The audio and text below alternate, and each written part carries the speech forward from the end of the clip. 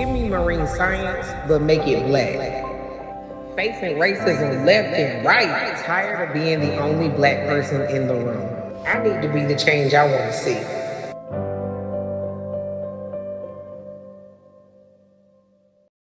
Welcome back to 5 years of BIMS, Waves of Change. This is episode 3, The Science of Belonging. And of course, it's your girl, Dr. T, founder and CEO of Black and Marine Science. So this episode, I had to think a lot because once you start a movement, people then expect you to do stuff. And we are dealing with a lot of different people. We're dealing with scientists. We're dealing with Black marine scientists who are for the first time sometimes getting amplified and recognized for their work, getting called on to give talks and tapped on in different directions. We're having organizations reach out who are finally thinking about justice and diversity, asking us to do work for free, asking us to list jobs on our job board because they wanted to all of a sudden hire Black folks and do all these things. So as an organization, we're working on our belonging. We're getting invited to all these different places we going. People got on their little fancy polos, so we made a polo too, put our logo on it. We belong in this room as well. And so us as an organization leading this charge, and me as the leader, I really had to think about what? Like, what is we doing? What does it mean to actually belong? And what if we don't want to be over there? I think what was interesting in the time in our early years is that everybody expected us to want to be over there wherever we was invited. And some of the places was raggedy. Some of them still is raggedy.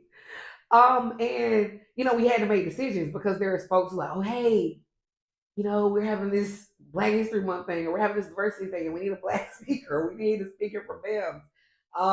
We don't have no budget. We want you to come give an hour talk, and we're not going to pay you. Or oh, we'll fly you here, but we're not going to give you any money to eat. It's like, is this what it means to belong? And I remember having a very interesting conversation with a colleague at the time who was not Black. And I remember asking them, do you get paid when people invite you to these talks? Like, do you get, it was like, oh yeah, I'm offered an honorarium. Like, it's not even really a question. It's something that is expected. Or, if I'm not paid, it's something that, my department will cover. And, it's like a community service in that way. And I was like, interesting. Interesting. So then I had to make a decision because when you're in a leadership role, a lot of the times it's easy to just follow what's already being done. To follow, okay, hey, they're reaching out. We're just excited to be invited. We're just excited they know about BIMS, and of course we'll come work for free because oh my gosh, we should be so excited to be in these rooms we've never been invited into. It's like actually no. I'm the prize. And that right there, I think is what has sustained this movement. Us saying unequivocally, we are the prize and we understand our worth. We started to put rates out. Hey, we can do these events, but here is the fee. Here is what we're going to do. But then we also said, hey, we can actually have our own events.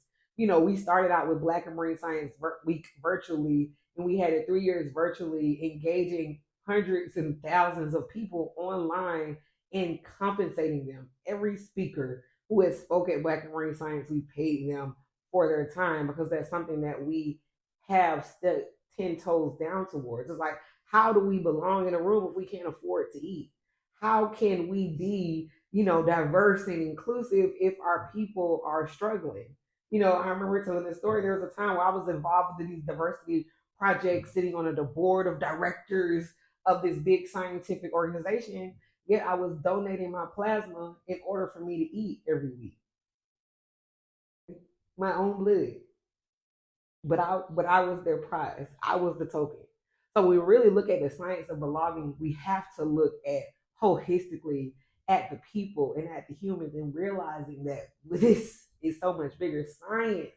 Science itself is about the people. And if we're not making it about the people, then we're not doing science at all. And that's the T.